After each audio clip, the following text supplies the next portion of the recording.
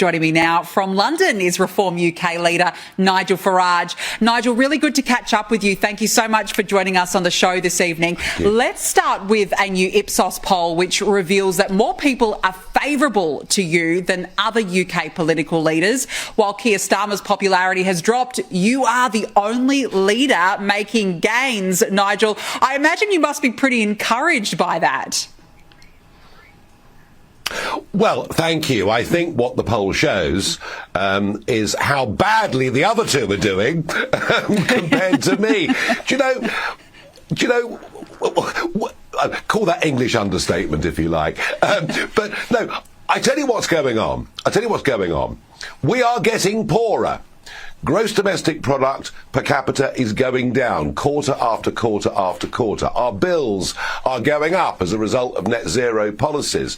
Our society is in decline. Do you know, you can shoplift now in this country, and unless you nick more than 200 quid's worth, the police won't even prosecute you. So we're going down the drain.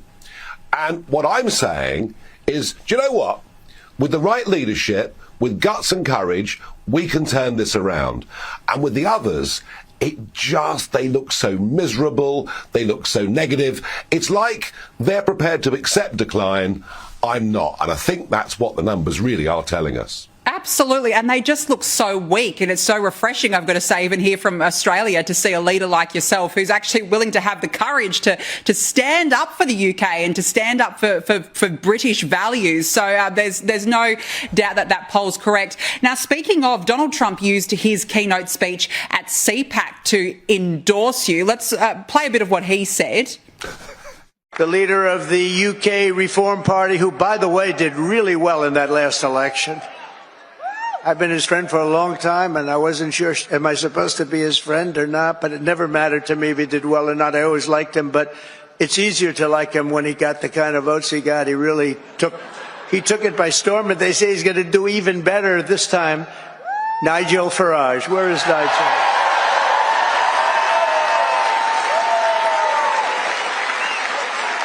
Thank you, Nigel. Thank you. What a great guy. Nigel, I've got to say, the left must be in an absolute meltdown hearing that from Donald Trump. Now, look, I know that you and Donald Trump are quite close, but, I mean, how does it feel for you to get an endorsement like that on the world stage? Well, obviously delighted, and yes, I have been a friend of his for a long time, and, you know, I stand up for him and he stands up for me, and that's the way friendship works. Doesn't mean we always agree on everything, but we're friends. What was very interesting about the timing of this is that Keir Starmer, our Prime Minister, is going to the White House on Thursday. So in diplomatic terms, what Trump did was pretty extraordinary. Delicious, really. Absolutely. I mean, I'd love to be on a fly on the wall, wouldn't you, at a meeting between Keir Starmer and Donald Trump. I mean, I can't imagine it's going to be very stimulating to be in a room with Keir Starmer, but I'm sure we'll find out more. Now, look, what is pretty clear, I've got to say, Nigel, is that you are living rent-free in the mind of Keir Starmer at the moment. You'd think he'd have bigger priorities to worry about. I mean, illegal immigration, crime, the list goes on. Instead, he seems to have quite an obsessive interest in you. Have a listen to this. You want to know what Farage and Reform are doing on their rare visits to Parliament? They're voting against our employment rights bill. And what about the NHS? They want to charge people to use our NHS. They claim to be the party of patriotism, but they're fawning over Putin. No, they are not the answer for working people in Britain. Nigel, why can't Keir Starmer stop talking about Reform UK? Because they're terrified. That's why they're absolutely scared out of their wits, because they know that working class communities are seeing manufacturing being closed down, their domestic bills going up, open door immigration on a scale this country has never witnessed before, and illegal migrants still crossing the channel in boats, and all the promises that Starmer made just 8 months ago, everything is turning to dust, and his voters, his traditional voters, he fears are going to come to us en masse and that he'll have a catastrophe at the next election. So, yeah, we are deep inside his mind. What is interesting is he barely mentions the leader of the 194-year-old Conservative Party, Kemi Badenoch. So what is clear is Reform is now the opposition. Starmer knows it, and he's very frightened. Yeah, absolutely. That's very clear. And Nigel, you mentioned there illegal immigration. I noticed that you made a speech earlier in Cornwall. You're vowing to deport migrants who arrive by dinghy. Why is this such an important policy for you? Because it's so unfair.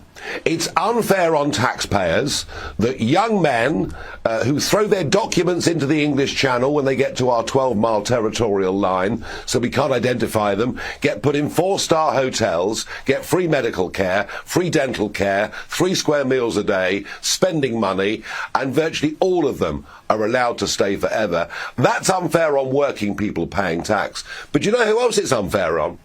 Those people who've legally come to Britain as immigrants, paid their way, and they see these people walking in and being given everything. It is wrong, it is unfair, and I will add, it is also a national security threat, as we've got young men coming in from Afghanistan, from Iran, from Iraq, and we were warned by ISIS a few years ago that they would flood the continent with their operatives using dinghies. So from every measure, this must stop.